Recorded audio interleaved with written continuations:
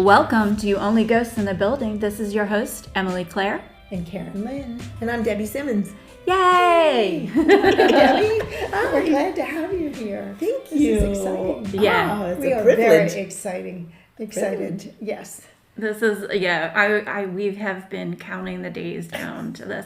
And it's sad because my COVID pushed it further off. Yeah. And now I can hear my voice making a noise, but...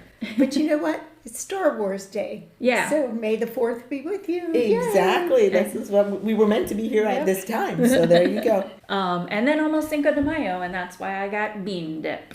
Yay. So if it gets a little noisy in here, you'll know Emily had bean dip. Hey! That's pretty common during some of our investigations, believe me. Yes, Oh, us too. we call it spirit wind. Okay, we're way cruder than that. I like spirit wind. That's what I'm going with. Definitely. Yeah, we're just trying not to shame the people that pass the gas, but gee, many Christmas. So, Yes, we digress. we digress. Of course. Yeah. We want to hear about your background. How did you get started in DSGI and What your how job do you, is. Yeah, what you Okay. do and Wow. how you interact with them. You just and- talk about me. Yeah. All right. Yeah, and your background, what made you become interested in paranormal? Oh, okay. Okay. Yeah, this goes way back. I didn't join DSGI until about 2016. But I've always been sort of fascinated with the paranormal. I think the earliest experience I've ever had is I was about the age of 6. And I grew up very spiritual household, Bible school, Sunday school. So I always had a strong belief of, there's what comes after. But it wasn't until I was about 6. And this is probably one of the hardest things to share because this is when people look at you like you're crazy. I was about 6 years old. And I don't know what people's views on extraterrestrials and things like that are, but that's the first thing I remember as 6 years old. I was playing in Western Pennsylvania near my grandmother's house. It was up in the mountains, and I was just skipping up and down the sidewalk when I happened to glance over. Back in the day, they were old like mining houses, and they had a porch on with lattice and stairs. And I looked over at the stairs, and lo and behold, I saw huge eyes, a green person, maybe. I remember stopping. I remember my eyes, that shock. And then the eyes opened up. All I saw was really a green head and eyes. Yeah. And the eyes got extremely big, and I ran. Yeah. I ran as fast as I could run. Like, nope. Is this kind of a mining town you were near? Yes. Or Yes. Okay. Yes. So And caves and there's mines coal and- mines everywhere, trees, mountains. And it was so funny because once I ran, I stopped. And I'm like, did I really see that? It had to be like 3 feet tall. It couldn't have been much because it was like peeking out of the second or third step. And there was like 6 steps. So they were behind the steps. Inside, looking yeah. at- Yeah. Wow. Interesting. And I know this is I get embarrassed telling the story, but I'm going to be honest. That's what this podcast is for, is to tell people's stories and get rid of this stupid stigma because weird stuff happens to everybody. And I decided, I can remember this as if it was yesterday. I remember thinking, I didn't see that. So instead of going back by the porch, I went the whole way around my grandma's neighbor's house, came in, and I looked, and there was nothing there. Yeah. That was, I think, the first kind of thing that happened to me. Yeah. One of the other things, I didn't really realize, yes, I'm a psychic medium. I didn't really realize that until I was older. But as a child, I think we see things sometimes. And I remember I had this tic, my mom called it a tic, where I would get very nervous and I would like shake. And then the feeling would go away. It wasn't until I was older. I get that same feeling when I make a connection with spirit, except I understand it now. Yeah. It feels the same as it did when I was 7 years old, but I didn't understand. Yeah. So I kind of think that it was something that maybe had been with me my whole life, but it wasn't until I was older, until I could actually put a name to it and I actually understood the things I was seeing or hearing. Yeah. I called it a conscience. When I was growing up, I heard it the loudest when I was doing something I wasn't supposed to be doing. I would hear, like, don't do that. You're not supposed to be here. Things like that. It's sort of like you would hear it in your ear or see things in my mind's eye. And I would just think it was my conscience telling me what to do and what not to do.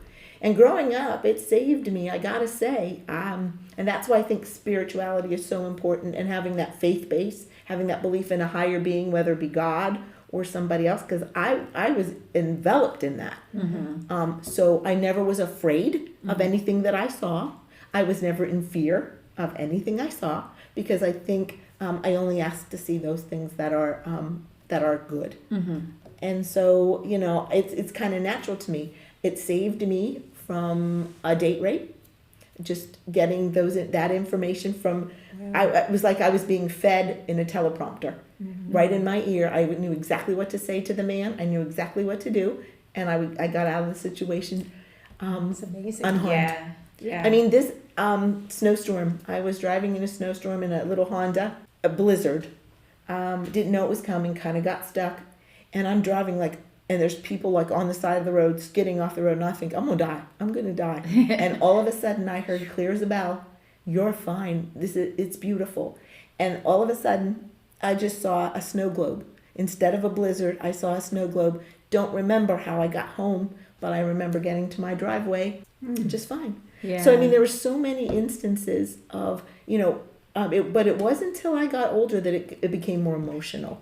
So just so I'm clear, you saw the thing on the stairs. Yes, under the stairs.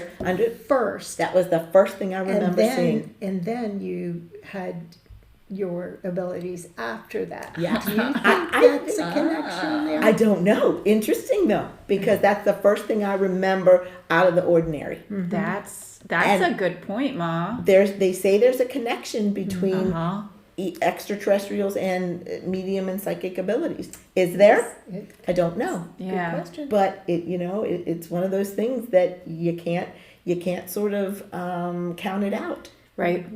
But it wasn't until I think that as I got older, these things became more emotional. And then I knew something was up. I knew it was more than just my conscience or my angel, my guardian angel taking care of me and those things. I think it was my son was probably about 3. He's 20 now. But I remember I would go into a building and I would get these weird feelings. Like I was a chaperone for a field trip in Washington, D.C. And, as a mom, you got to do that. So I took my son. He was in 3rd grade or something. And I'm walking through and I take him into the building where they keep the flag that flew over Fort McKinley during the writing of the Star Spangled Banner. I walked in that room and I immediately felt depression. I felt fear, pain, loss, grief. I'm crying like a baby standing in this museum. And my son looks up at me and goes, "Mom, what's wrong with you?" I'm like, "I don't know." So it was terrible. Walked out of the room, I was fine. The tears. I'm like, what in the world? A couple years later, my other son, same thing, same museum, because they take you on the same tour. Yeah. American History Museum. Yes. Right. Walked in, same room. And I was a little hesitant because I'm thinking, okay, this is going to be the same. Yeah. It's going to happen. Because I would have these experiences throughout the day. So I walked in, sure enough, crying, carrying on, tears. I said, "Mom can't stay in here." And, it would happen. Don't know why. Yeah. And then one day I was in a concession stand being the soccer mom. And this little girl comes up to me and said, "Miss Debbie, we went on a field trip." And I said, "You did?" She goes, "I got some cards at the field trip," or maybe postcards or whatever. She handed it to me. I immediately started crying. The tears were forming. I'm like, I looked down. It was the postcard from the flag that flew over. And I'm like, and I said to one of the moms, she's like, "What's wrong with you?" And I said, "I don't know." I said, "Take the card. This is very nice." And she said, "You know what? You may have abilities." And I'm like, "What are you talking about?" She goes, "You might be a psychic or a medium or whatever." She goes, "You need to take a class." Yeah. And so I did. Yeah. And that's how make the So long your story mom short. said this? No, it was another soccer mom. Another soccer who was mom. who was apparently had been to mediums before, because I never had. Right. And she said, I think you need to get this checked out, because she started asking me questions like, do you feel this way? Do you get sick when you're unexplained? Do you? And I'm like, well, yeah, I have my conscience that's with me. And she goes, oh no, you need to go to a class. So to make a long story short, I did. I went home because it was intriguing. Yeah. Because finally I'm getting some answers. And You're like, I'm not as weird as I thought I oh, was. I'm pretty much weird, but yeah, but it wasn't as No, I'm weird as I weirder thought. than I thought I was. Yeah. Oh, maybe I shouldn't know. So and spirit always does things the way it's supposed to happen. Mm-hmm. I got on the computer when I got home, and this psychic and mediumship development class 101 came up, taught by one of my favorite ladies, and I thought, I'm going to sign up. So I called, because it had been past registration. I gave her a call and I said, look, is the class full? And she goes, no, it's not full. Come on up. You're fine. You can pay when you get here or whatever. So I went to the class. It was a 2-day. It was all weekend. And we did all kinds of psychic development stuff, practice, psychometry. We looked at a whole bunch of different things. Wait a minute, what's psychometry? It's holding an object and getting information, Okay. sort of like I did with the postcard. Okay. Amber can do that. Okay. Some That's people really are cool. really strong at Yeah. that, and we just like practice. But as soon as I walked in the room for the class, I started crying. I cried the entire weekend, and I'm like, I don't know why I'm crying, but I think it was just all that energy from all those years. Yeah. Right. You just So let it go. Yeah. And the teacher pulled me aside and she said, "Come here." And she picked a woman out of the class and she sat her down. She goes, "Now I want you to read her." Mm-hmm. I'm like, "What are you talking about?" She goes, "Read her. Who's around her?" And I started crying immediately. And she goes, "Who is it, male or female?" It's a man. And then she goes, and she kept like, what? And I saw a fence, and I saw a tire, and I saw the January 17th. It was just came in my mind's eye. And I talked to the lady. She goes, I said, "It's a male. He had brown hair. There's something with a field and a fence and a tire." And I said, and he's telling me January 17th. And I said, and there are 2 children. They're little with light brown hair. And he reads to them. And it was interesting because she started crying, and I'm like, uh-oh. And she said that she had lost her husband in a trucking accident, and his truck overturned into a field. She has 2 small daughters who miss their dad very much, and her birthday is January 17th. Oh, wow. And it was and then the teacher, she kind of looked at me and said, "We're going to need to get you some more classes." and that's how it kind of happened. One of my favorite stories right before that is I went to a museum in DC, and I was walking through, and just because I wanted my kids to get some culture. Yes. Because they had like nice paintings there. I said, "Come on." They didn't want to go, but I said, "We're going to get some culture." Yeah. And so we walked in, and I'm walking through, and I'm like, I hear stop. And I'm like, I stopped, and I looked down, and down this long corridor was a picture. And I'm like, we got to go see that picture. And my kids are like, "What do you mean?" I said, come on. And so we walked down. I was just drawn to it. I had to get there. Walked into the room. It was one picture, one wall with a red rope around it and a security guard. And there was 2 people in front of me just looking at the painting. And then, of course, the tears. Here I come. I walk up to the painting. I'm like, I'm crying. And the woman who was the security guard, she goes, "Oh, honey." She said, "It is so nice to have someone appreciate art. You make my job worthwhile." And I'm like, well, I'm really feeling that she's very sad. Yeah. And I'm feeling like heartbreak. So it was her. But it was interesting because the picture, the painting, she says, there was nobody else in the room. If you say the flag over Fort No, McHenry, I'm no. But it was even more interesting because she says to me, she goes, "Come here." And she took the rope down, and there was nobody else in the room, me and my son. And she said, "I want to show you something." She said, "I know you'll appreciate this." And she said, it was a Da Vinci. It was purchased by the United States. It's the only one we own. And it was done before the Mona Lisa, beautiful painting of a girl, little smile. And she goes, "Come here, bring your phone." And she goes, see right here? She snapped the picture. She goes, this is the only painting that has Da Vinci's thumbprint on it. Wow. And I'm like, oh my gosh, that's so interesting. But I couldn't get the painting out of my mind. So I researched it when I went. Here it was a painting of a girl who was betrothed to an old man, hated the fact that she was going to get married, and died soon after. Oh my gosh. But I had to see that painting, and I felt all those emotions, and that's kind of how it started for me. Yeah. But it's really interesting because sometimes, there's emotions that go along with this, and those kind of things. Yeah. I mean, you're just compelled to do that. But that's kind of how it started for me. I took more classes, practiced more, did readings. People, after the classes I took, people asked me, my classmates said, would you read for me? Would you read for my family? Yeah. And then I read for a lady who had a Reiki studio. She goes, you need to come read for my people. And, more people ask and more people ask, till finally I made a deal with Spirit, Angel, God, whoever you want to say. I said, you know what? From this time forward, I will read for anyone that finds me, but I'm not going to advertise. I'm not going to put anything. I'm not going to put a sign out front that says open, psychic medium open, flashing lights. And that's how this started. Debbie. Yeah, Miss Debbie. And, oh, wow. Our lights, for anybody listening, The lights just went out. the lights just all turned out on us. Yeah, but it's kind of Motion interesting. sensor, I guess. Someone walked through. But yeah, it's kind of interesting because from that day forward, then Spirit brings me people, and now I'm doing readings quite a bit, like maybe three times a week, sometimes more. So you have a job other than this? I do. I am a pediatric therapist. I'm a pediatric occupational therapist. Yay. I work with kids with special needs.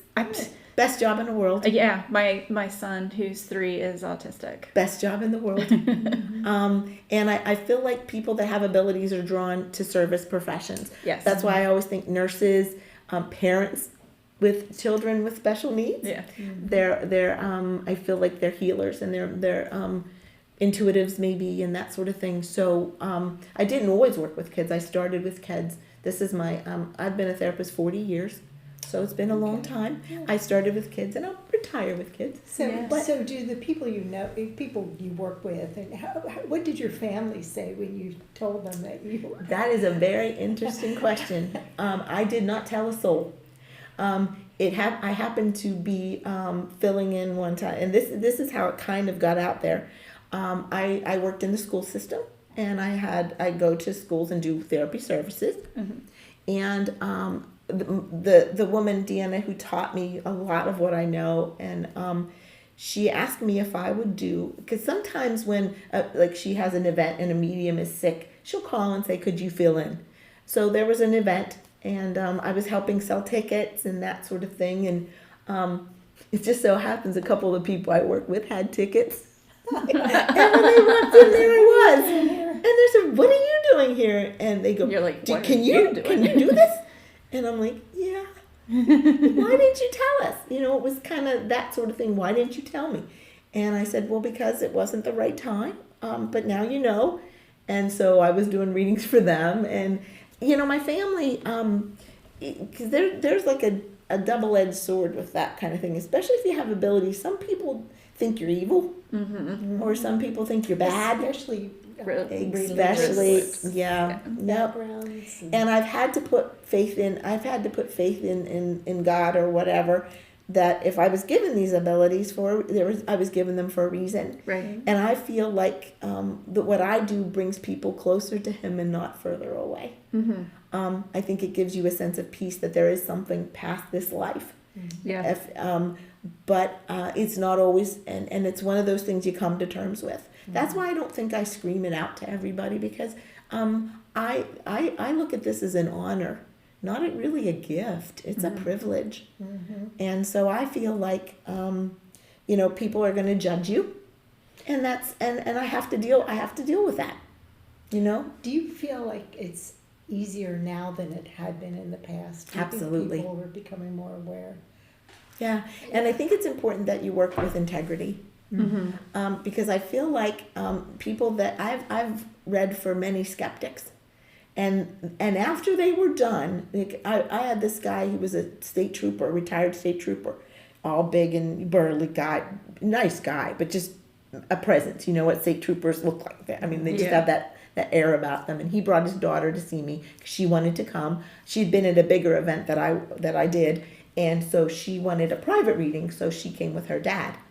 And after it was all over, it was so interesting because I made a connection. He had lost a son, and when I started talking, it was like I said to him, I remember somebody said something about a stickler with their yard. He actually called you like a sergeant when it came to the yard, and he was like, oh my God, that's me. And my son used to get so mad because I'd make him do the yard work, but I'd make him go do it again because he didn't do it right.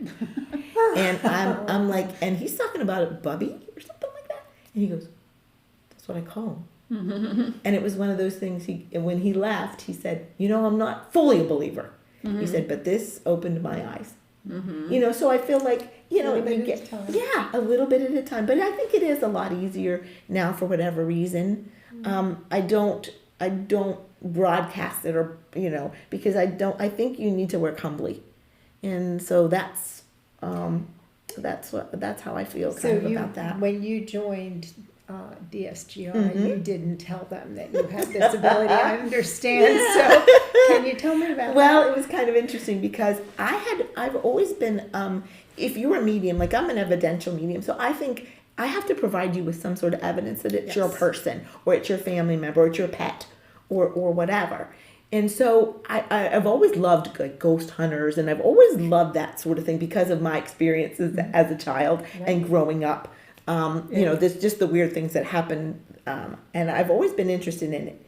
And then I did a tour actually at Fort Delaware before I was a member of DSGI. And I remember Matt was there and Andy was Andy was the there. Ghost tour. Yeah, I was the public. Nope, I did the public ghost tour.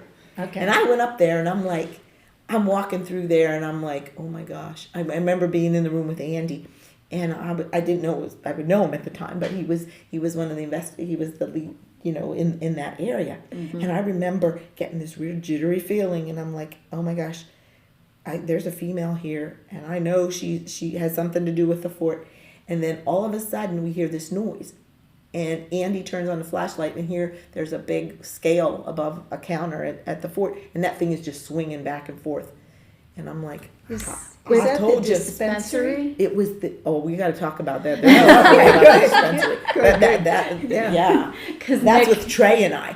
But it's interesting because as soon as he turned the light on, this thing is swaying back and forth. And I said to Scott, I knew that was going to happen. I knew something was coming. And that was my first, you know what? I would like to do this. Yes. I want to spend more time because the fort was like, once I got there, I was like, I'm supposed to be here. It was almost like a draw, like with the Samuel Miller, that feeling. Yes. Or Bellevue or whatever. Yes. But I was like, I got to be here. So it just, luck would have it. Yes. And that's or fate would have it. I looked them up. Yeah. I looked up DSGI, and they were taking applications at the time. Yeah. So I filled one out, and just so happens that Gina called, and I had to go for an interview in Delaware City. And I walked in the room. I was really nervous. I walked in the room, and I think Gina, Christine, Matt, there was like 4 or 5 of them. Yeah. And you sit down, and they ask you these questions. How do you feel about this? How do you feel about that? And I'm answering the questions, and one of the questions was, do you have any special abilities that can help the team? And I did say, well, yeah, I said I'm a psychic medium, and I kind of glossed over it. And so did they, for whatever reason. I did mention it, but I don't think at that time, that was like in 2016. So they probably thought, she's nice, but she's probably a nut. But I think we like her. She's nice enough that we could blend her in here. And I got the call, and they said that I could. They wanted me to join the group, and I was just ecstatic. I was so happy, because I think it's really important. I was really the reason I did it was because I liked DSGI because they liked evidence. Yes. Yes. Exactly. Yeah, because I can go into a building and I can tell you all kinds of stuff, and you might think, yeah, she's a nut. But if I go in and tell you something and it's on an EVP or you get it on film, then we're talking. Right, and that's why I did like to hear about what their techniques were, what they used for equipment, their approach to it from a technical standpoint. Yeah. So yes, that was very impressive, because you can have personal experiences, but they don't really count. no, they don't. You've got to have the backup to say Exactly. that there is something actually Right. there.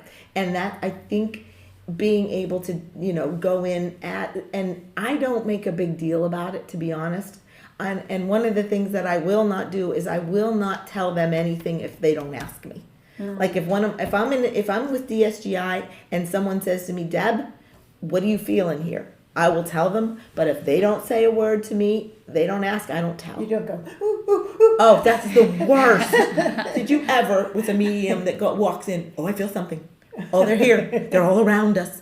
Nobody's there. You're there to investigate. Yeah. If you say to me, Deb, on the slide, maybe, Deb, do you feel anything here? Or what your experience is or whatever. I will tell you. But I never, ever bring it up unless I'm asked. Yeah. Because that's not what this investigation is about. It's not what I can see, hear, feel, smell, taste, whatever. But it's what, if we can get evidence. So a lot of times you'll see me with my notebook and I'll go in, and DSGI is using me a lot more now. I guess because some of the things I said we could validate. Yes. So now they're a little bit more willing to let me go in, and they don't usually tell me anything. And I'll take my little notebook in and I'll write stuff down. And then after the investigation, we'll pair my observations or my feelings with actual evidence. Yeah. So do you go in before or after they Before. go in? So Usually you'll go in before. Or I go in at the same time, but I just don't know any of the information. Yeah. Like when we went to Samuel Miller, I didn't go on the tour. I just kind of, I didn't want to know. I didn't want to know anything going in. Me too. Because I wanted to see what I got. And even, as we were going through, Tony was going through with us, and he would say, what are you feeling? And, and I'd tell him, he'd go, okay, we're going to talk when we're all done. Yes. And that's how kind of that works. That's what he did to us too. Exactly. Yeah. So sometimes. By the way, we're interviewing him tomorrow. Oh, okay. Yeah. Tell him I said hi. I will. Yeah, but it's kind of interesting. When that kind of thing happens, you just kind of work as a team. I want to feel things. I want to do that, but at the same time, I want evidence to back it up. So I'll have a recorder. I'll have equipment the same as everybody else. So you do use equipment in addition, okay? Yeah. As a paranormal investigator, yeah, I love the dowsing rods. I love REM pods. I'm not crazy about K2 meters, but I love the torches. I do torching. I like that kind of thing.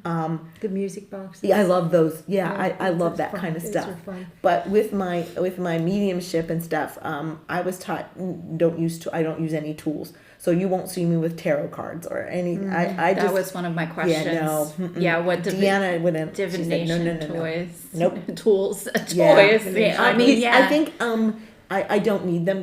That was her words for me. She goes, you don't need them. No, So I don't do tea leaves, palm reading, anything like that. because you don't need to. You don't just need to. look at somebody, right? I feel it, see Yeah. it. Spirit tells me, gives me the information.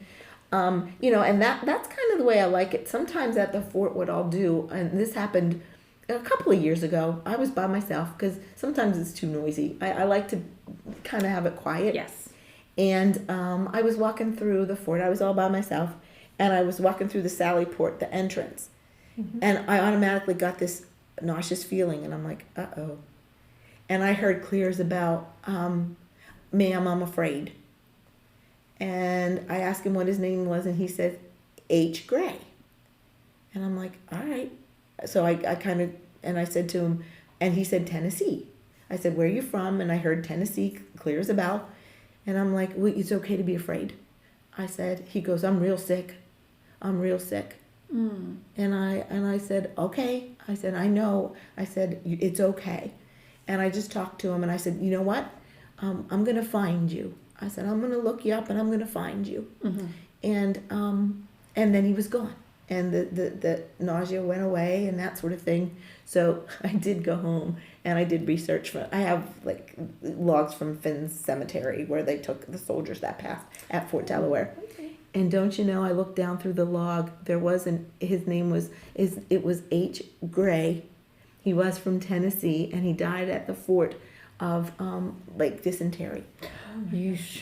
And I asked if he, and it's funny because they did the intakes in the Sallyport, and they would go up these block stairs after they were, they got their names and the intake. Yeah. But it was really interesting because it was just like he was right there. And then I feel like just being able to look at that paper and see that there was a person with that name. Yeah. I didn't get the first name, I just got the first initial. He said H. Now, And, do you hear it in your ear or hear it in your head? At the fort and places it's been both. Okay. I've been standing in the fort and I hear clear as a bell, like someone whispered in my ear, "Hey there," when I was out in the parade ground.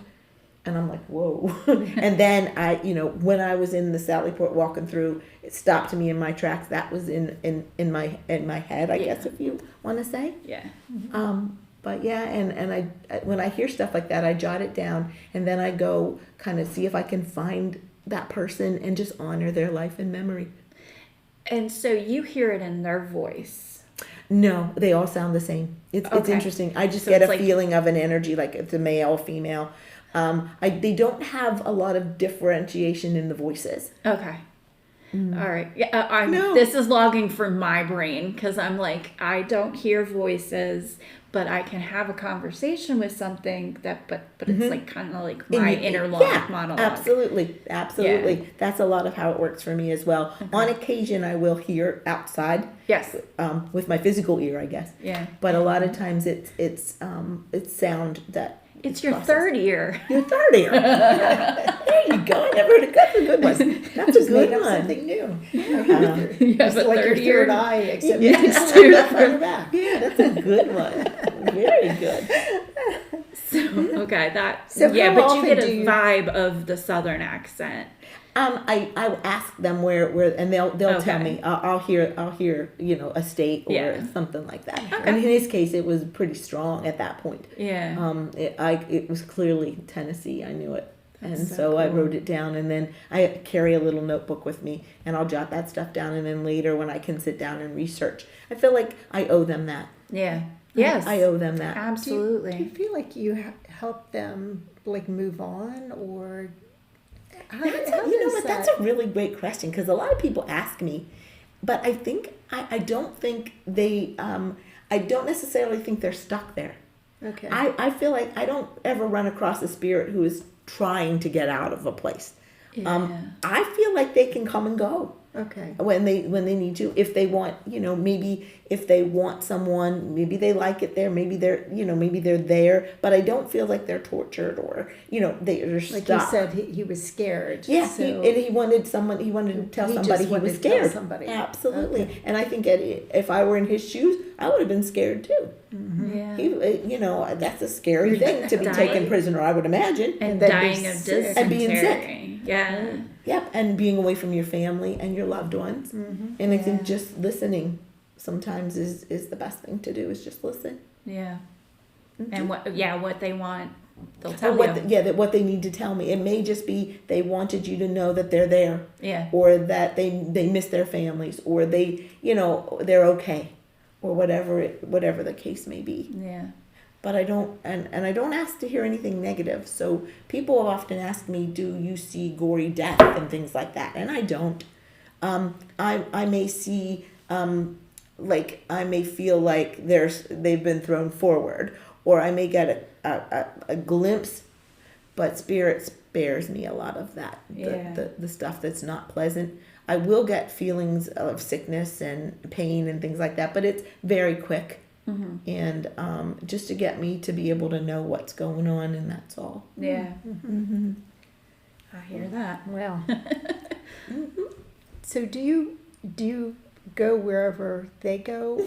Do you ever go on any other investigations that's not with DSGI? Or do you want to say that you No. I don't do any paranormal work without DSGI. Okay. And and it's funny because sometimes if I get a call from somebody, like it's tomorrow, Andy is going with me tomorrow on a call that I got about some things that were going on in a home. And if I feel like DSGI, and most times I do feel like DSGI can help, I usually take somebody with me. Yeah. Because I just feel like the evidence, I want the evidence for that homeowner. Yeah.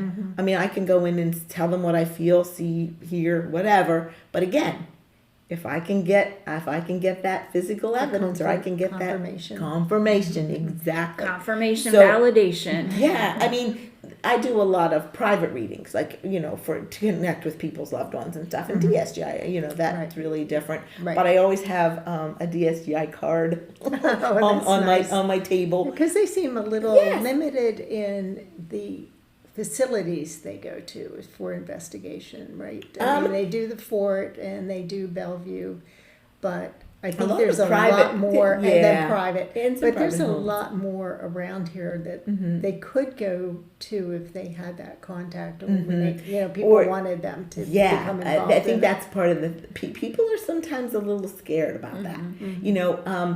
I actually, when I had a private practice, because I work just from home now, because we sold the private practice, but we were in a building in Dover. And that place was haunted. I'm telling you, I was hearing stuff all the time, seeing things in there, people. And I took DSGI in there, and it was amazing.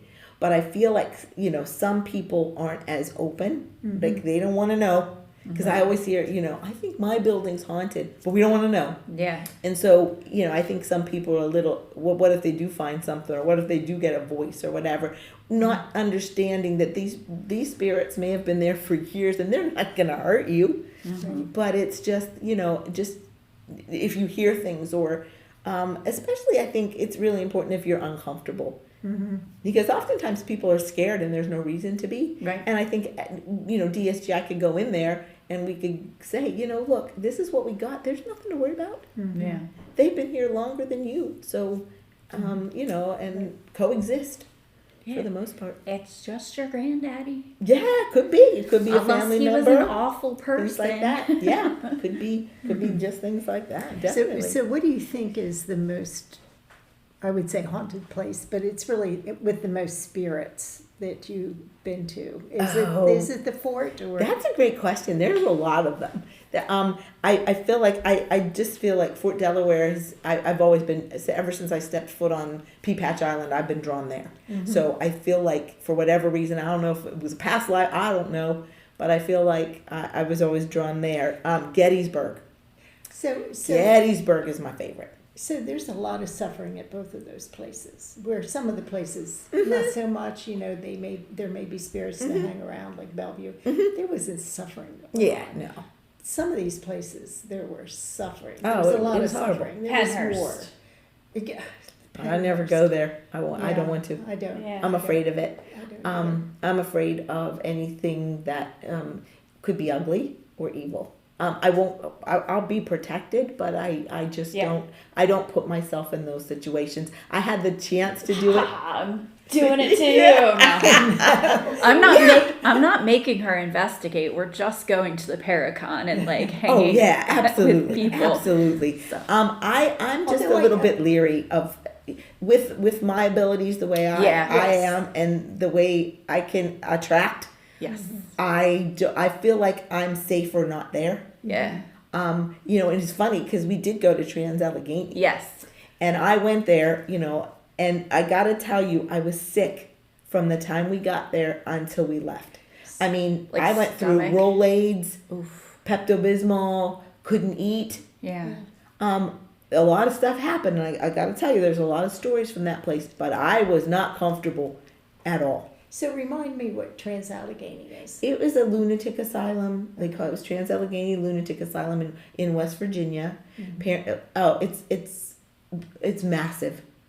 And there was a lot of mental health patients there. A lot of experimental practice. The lobotomies and the cold baths and the ice baths and things like that. The building itself is phenomenal. I mean, the minute you walk in there, you can feel that. At least I could, everywhere you turn. Yeah. So as far as investigating, I mean, I know if we go back and I'm gonna go, I know for a fact that I'm gonna be sick the whole time. I just know. Yeah. But I'll do a little bit better, maybe coming out of there a little bit more than I did, and try to kind of back So up. what do you do for protection for yourself when you go in? What are It depends. I do a lot of different stuff. I usually have some clear quartz with me. I do a prayer before I go in.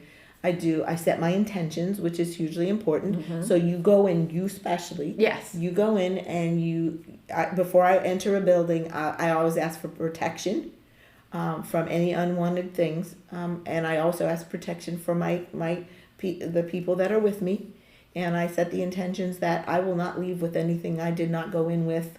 I shield myself with white light. I ask my angel for, it varies, but I'll say, wrap your wings around me as I go forward, and protect me and keep me safe, and my team and the people that are with me. Yeah. I always say, anything for my highest or neutral benefit, There you but go. nothing for negative. Perfect. Yeah.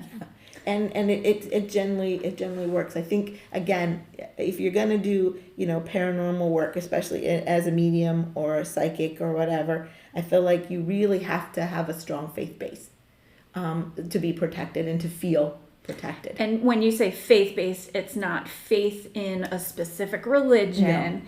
Yeah, right. I just want to make that clear, because Yes. I am also, I'm not Christian. And I that's was fine. not raised any religion. It's faith in the universe, Yes. or your The God, higher or your powers. higher power, your higher Yes, self. your higher being. Yep. yes. Anybody that's Absolutely. your ancestry, you can have that faith in that. Absolutely. That will protect you. And I feel like, there's so many different religions and so many different beliefs. Not one is correct. There can't be That's one that's right. 100% Yes. right. So I feel like if you have that faith that there's Yes. something higher than you, Yeah. and you're protected by something higher than you, then it's a lot better going into Yes. places like Yes. that we go to. Yeah. And then you can cord cut. Yeah, absolutely. I do Reiki, so. Yeah, we had to do some cord cutting after Samuel Miller. Interesting, because that place stuck with me for days. Yes, absolutely. So we really want to Absolutely. talk about Samuel Yeah, Miller. but we want to But let's we- do we- Trans-Allegheny we first. wanna- Oh, okay. We want to Oh, eventually we get got- there, because yeah. that could be a whole episode. Oh in no, that's itself. gonna be multiple episodes. Oh, we're going back. ladies. Yeah. Are you? Yeah. Oh yeah, you're- we're going. Yeah. Oh, we're going. Oh, yeah. Yeah, Oh, good. and Oh, I'm yeah. gonna have Morgan and Taylor come. Oh, good. Because I want Morgan and Debbie to meet for sure. Mm-hmm. I do want to ask you something, Debbie, about Morgan, because she is also Yeah. psychic. And she approached Wide me open. with something.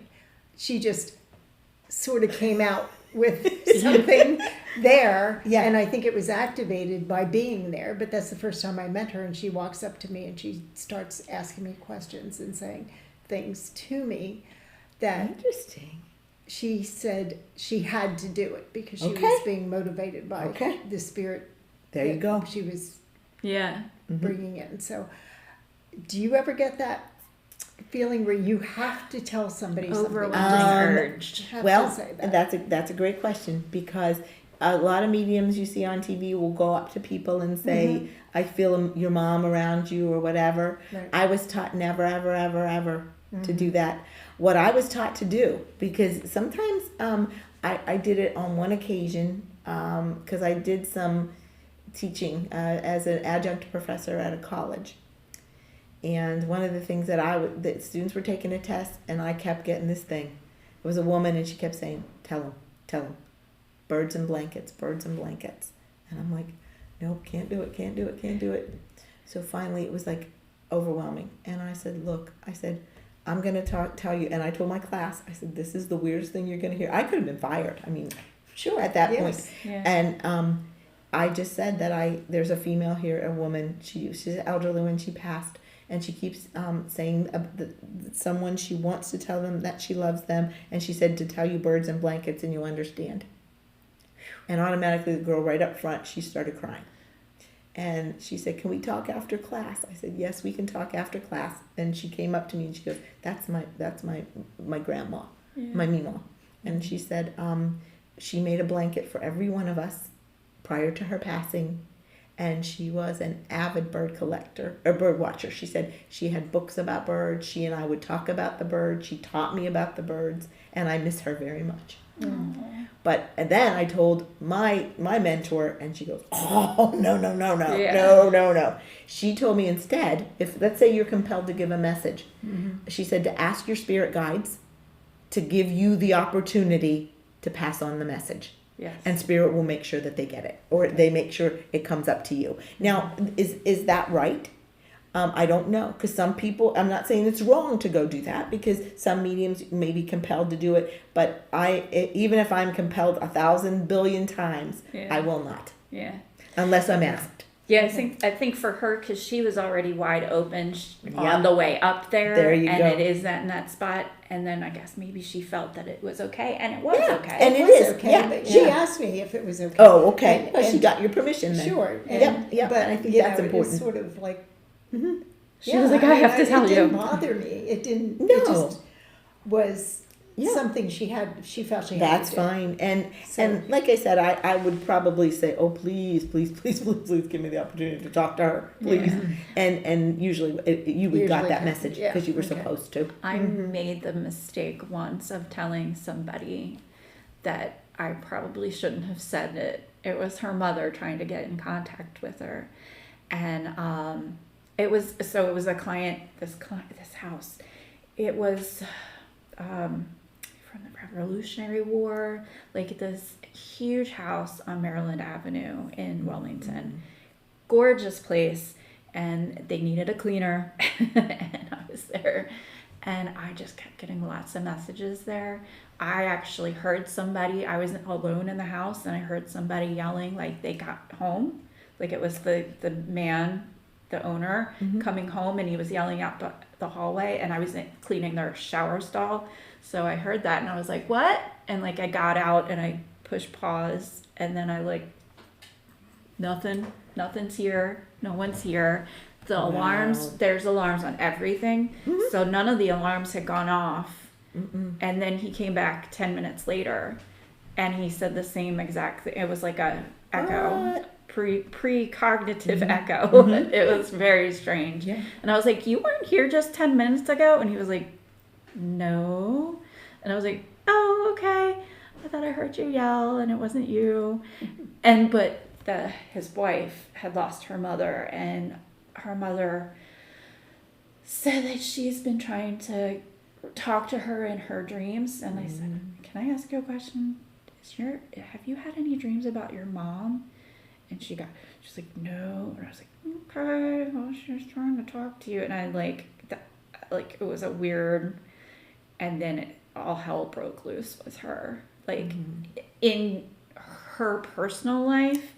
And since she was friends with Eileen, I found out about all the mental health issues that she had afterwards. And I was like, I know that I didn't do that. It wasn't me. No.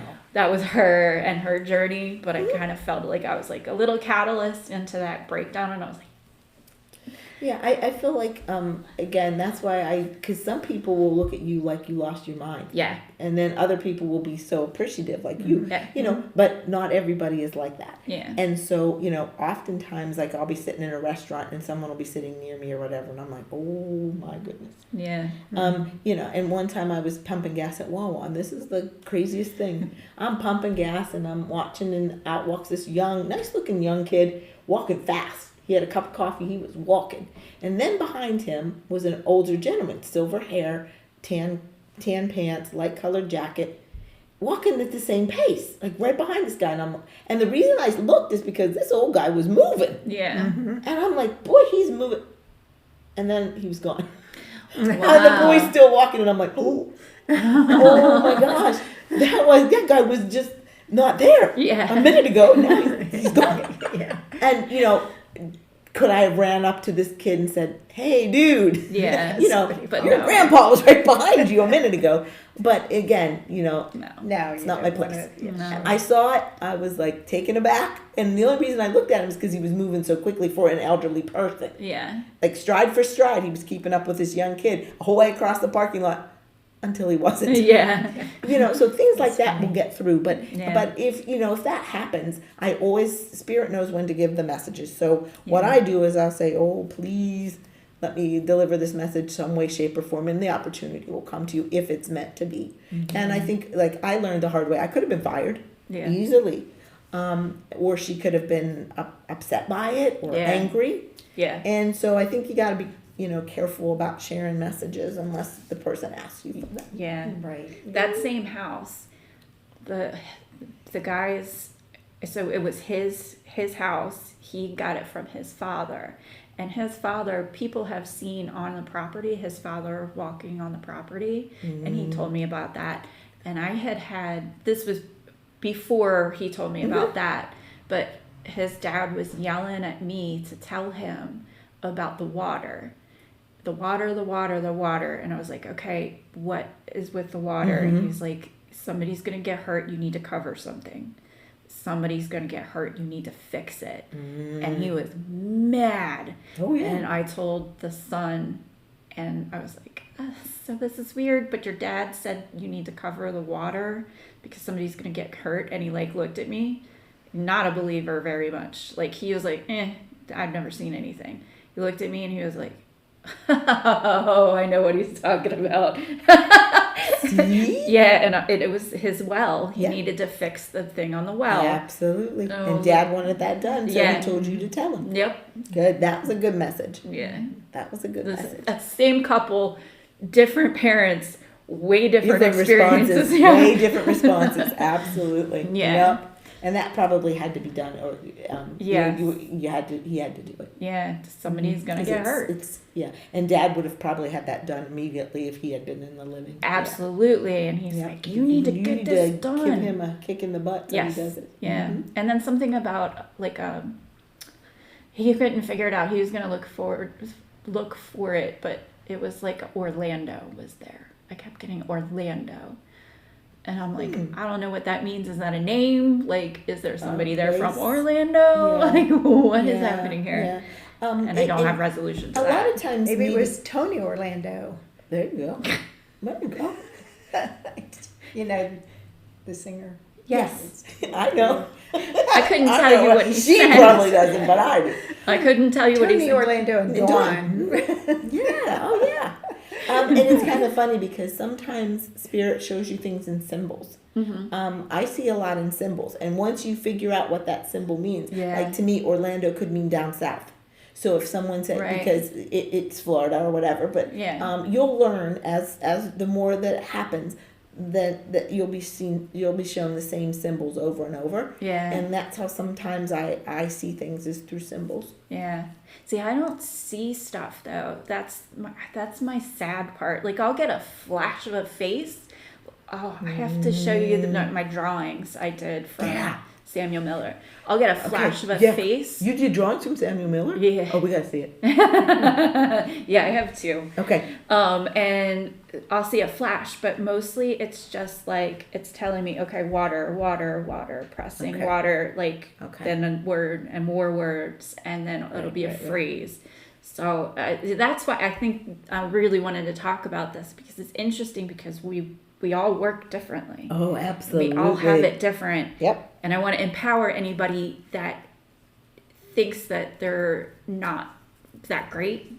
No, keep working at it because it's a great tool for your tool belt. Yeah. And everyone Yes. practices on different levels. Yeah. Some people, I've worked with people that just see family members. Like Yeah. they don't get anything outside their home or whatever, but they see their aunt over and over and over and over Yeah. again. And some people end up in the big stage in front of thousands of people. Yeah. Some people have little tiny, you have your own niche. Yeah. And I feel like that's really important, with your comfort level and all of those kind of things, to Yeah. figure out where your abilities fit in, how you use them to the maximum benefit for others. And I think, I embrace all those differences. Yeah. Yeah. I think it's I think it's awesome. Your role is because you can have a second form of validation that's not your Exactly. K2 meter It's a or your beautiful thing. REM pod. Yeah. It's a So beautiful it thing. fits together perfectly. We were doing a private home, and I walked out. I went the day before the team got there, and it was so funny because as soon as I stepped out the car, I heard laughter, kids' laughter, and I'm like, "There's kid," and I'm looking around, and there's nobody out there. It's sort of getting dark, and I'm like, and then I saw, you know how the big hoop with the stick, you know Yes. how I saw one go by, and I'm like, wait a minute, there's kids out here. Yeah. And, you know, I wrote it down on my little book, and come to find out when they did the investigation, the homeowner said, listen to this, what we got on our the ring camera, and they played it, it was giggles, children laughing. And she said, and we went outside, and there's no kids. It was like 2 a.m. or whatever when this was recorded. But she said, and it was so funny because they looked down at the notes and they said, oh, wait a minute, Debbie saw kids outside. And so that's perfect. I went outside, I heard the kids, Yeah. and then she got it on the ring camera. Yeah. So those are the kind of things I think that's why it's so exciting to work with a group like DSGI. That's why I'm so happy to be part of that. Yeah. Because I can get that validation. Not always, it doesn't always work, but a lot of times you would be surprised. And more, you know, we're picking up stuff on the equipment or cameras that I have in my book that I had written down the night before or a week before or whatever. So you're validating them and they're validating you. Yeah, it's a good circle. Yeah. Yeah. So what equipment do you use when you go? Me, when I go, you know, to walk around by myself, I just a notebook. Okay. But when we go with DSGI, we take everything. Yeah. 'Cause We've you got like, video you cameras. said the dowsing rods and REM rods are your favorite. Yeah, I like REM pods, dowsing rods. I like the spirit box, SLS camera. I mean, I like all of that kind of stuff. Okay. But when I go by myself, I just take a pencil and a notebook. And then I just go through the house and I sit and I might do some automatic writing, I might do whatever. And then I just write things down and then I'll put them away. And then sometimes I go on the investigation and I leave my notebook. Oh, and I take the equipment and I run a camera or I do whatever, or we do EVP sessions and I just like everybody else. And then hopefully evidence matches what's in my little notebook. Yeah. Trans-Allegheny. Oh, yeah, we got Trans-Allegheny. Trans-Allegheny. Gina was like, talk to her about Trans-Allegheny. Oh, yeah. That was her Trans-Allegheny. request. The thing, like I said, I didn't feel good. No. I did not feel good the whole time I was in there. And I wish I could draw because sometimes I'm gonna make Andy do this one time. Because he is a fabulous artist. Yeah. And I want to That's what just he sit. does for a living, Yes, I right? just want to sit down with that man and say, draw this. Yes. And this is what I saw, kind of drawing. Yes. That was Yeah, but so cool. we were up, and this was so awful. We were up in I think it was the 4th floor where the males were that were criminal. They were in there for criminal reasons, and where all the girls are walking in a straight line, and behind me, I hear running, like full out running, and I'm like. And it was so close. You know when someone runs up behind you, you brace? Yes. Well, I did that. I'm hearing like these footsteps and run. And I because I knew they were going to hit the back of me. I just knew someone was going to smack into the back of me and push me forward. So I braced myself. And the only thing I felt was like wind, like air. Uh-huh. And I looked around and there's nobody back there. So I think I pushed Christy, who pushed. And I remember I think it was Christina in the front line. She turned around and she goes, I was running. Yeah. And we all stopped and there was nobody there. We thought that maybe one of the guys had, because they'll Andy mess and with the us. pranks. Oh my God. They'll mess with us, but and there was no place to hide. It was just a hallway. And the running was just as loud. Boom, boom, boom, boom, boom, boom. Oh my boom, gosh. Yeah. It was like somebody running. And I mean, I could even feel, I braced for the impact Yeah. that was never there. It was just like a little bit of wind on my hair. But yeah, it was interesting because going through there, I mean, as I'm walking through there, I'm getting pictures of, it was pretty intense. Yeah. Yeah. And, Chrissy got scratched. I mean, it was just a lot. Noises. It's almost like if you were at this end of the hall, you would be at that, the noise would be at that end of the hall. You'd walk down there and it's back the opposite direction. Yeah. I do think there was an Trickster EVP. element. I do think there was an EVP or something about and I heard a voice that I didn't like. It was like they caught it because I think I said right before, oh, I don't like that voice. And then we caught an EVP and it was like a growl or something. Yeah. But I knew it wasn't good, but I wasn't afraid. It was, I think we were on the first floor or something in one of the buildings. But it was so massive. Were you afraid there at all? Not at all. No, I was sick, Okay. but I wasn't afraid. But you weren't afraid. But I think I felt protected, but I feel like almost I was, I think, sick because of all of the suffering that was in there. Not so much that it was full of demons. It wasn't. It was almost like, people were not well. No. I mean, you had severe mental health issues. You had people getting lobotomies. You had people that were dumped off. A woman could get dumped off there for having a rough period. Yeah. Right. I mean, she could have cramps and be naggy, and her husband could put her in there. Right. He said, you know what, you deal with her. You're hysterical. And then if he doesn't come back to get her, she doesn't leave.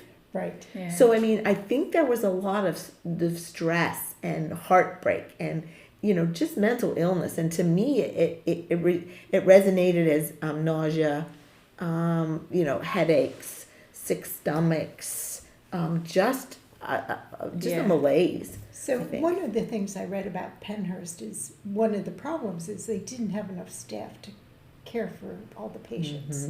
Was a big problem there. I don't know about Trans-Allegheny. Oh, I Do you would remember the imagine. history? I would imagine think that because it was the massive. case. It And then is you'd massive. have abuse going on between, Between the patients themselves. right. Yeah. And I know that there was a couple of patients murdered there. Yeah. The one story guy. about the guy with a bed was Yes. smashed on his head. But so I think there was there was violence there. And I feel like that's sort of the energy that you'll get if you go there. Yeah. You'll get that sick feeling. It was hard to shake, I gotta tell you. Once I was away from the building, though, it went away. So do I you think do a cleansing ritual after you leave a place like that? it or do depends. Sometimes if I don't feel well, I'll do like a little prayer of protection or whatever. But normally I do that before. And so typically when I leave, it resolves or it goes away.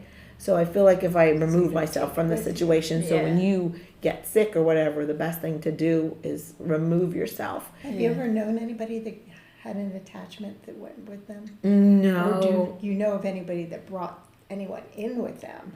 I mean, I read Daryl's book. Yeah. Yeah. And the fact that resonated with me because I can see how that could Yes, happen. yes. And that's why I say you have a strong faith. You have a faith in something because I feel like that sometimes helps because it can be risky doing that kind of work. Yeah. That's why when I read the book, I was like, oh my gosh, I know what he's feeling. I know what he's thinking. I didn't have that fortunately, but I know how important it is to kind of, humble yourselves and get yourself to a good place.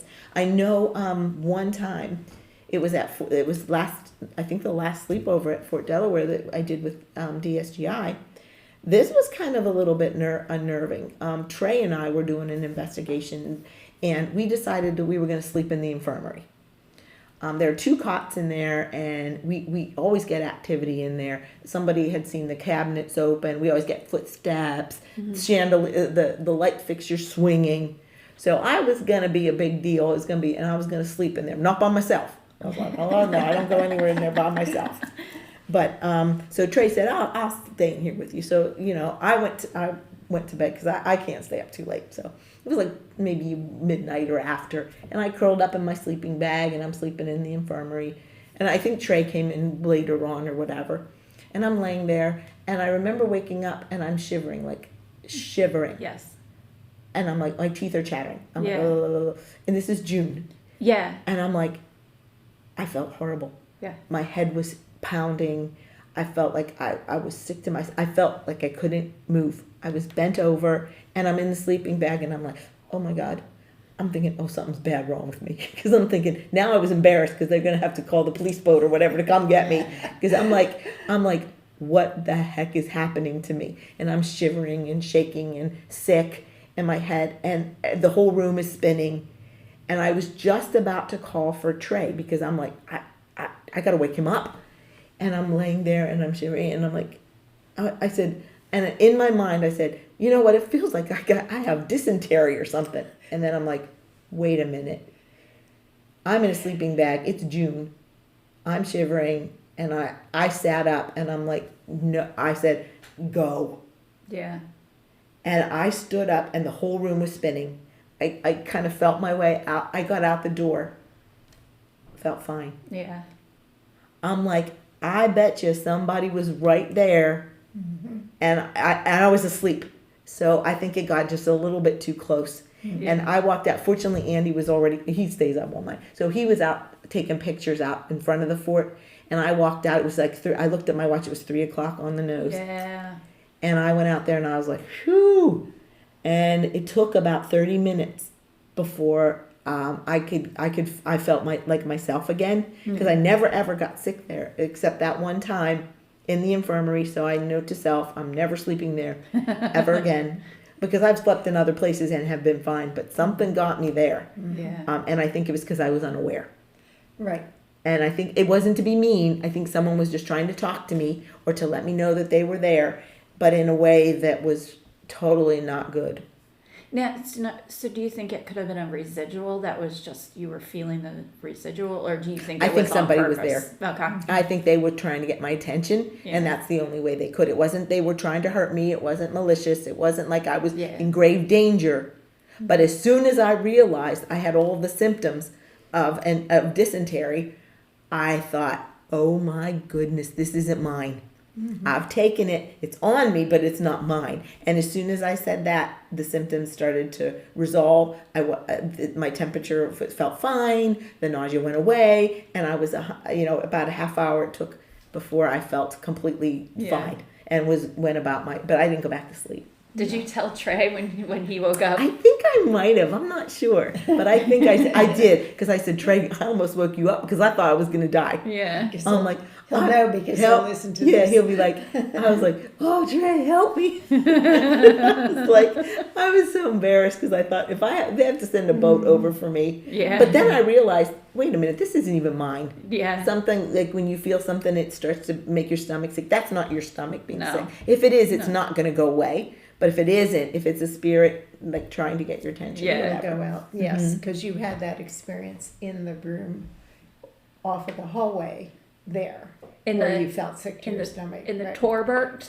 Yes. In the battery Torbert. I know, right? So that's interesting. Our last episode, or our Nick's first interview, we were talking about that, and I was like, I don't know what I'm talking about because it was such a we were all just all over the place, and I was like, I don't know where we are, but it smells like pee, and I was like, Gina would know, but she's not here, so she texted me, and I got all the information, and actually last night I recorded a way too long rambly corrections corner about it. So now I know what the battery Torbert is and the casemates. Yes. So that was, I felt but sick there. But it was in one of those rooms that we went into a room. So we went down, there was a picnic table at the end, and there was like a little bit here, and we kind of went there. That's the casemates, And then we went into that place, and then we went into the next room, and it felt different in that room. Okay. And I was like, pretty active, the casemates. Oh, yeah. I feel it. And then my stomach started hurting, and I was like, I can't stand here that much longer. So, and then I walked out. But sometimes I can take it. Sometimes I can't. I have to tap out. Yeah. And I almost tapped out in the basement of Samuel Miller. Thank you for listening. If you have a story you'd like to tell us, please email us at onlyghostsinthebuilding@gmail.com, or you can find us on Instagram at onlyghostsinthebuilding or Facebook at onlyghostsinthebuilding. We also have a Patreon at patreon.com/onlyghostsinthebuilding.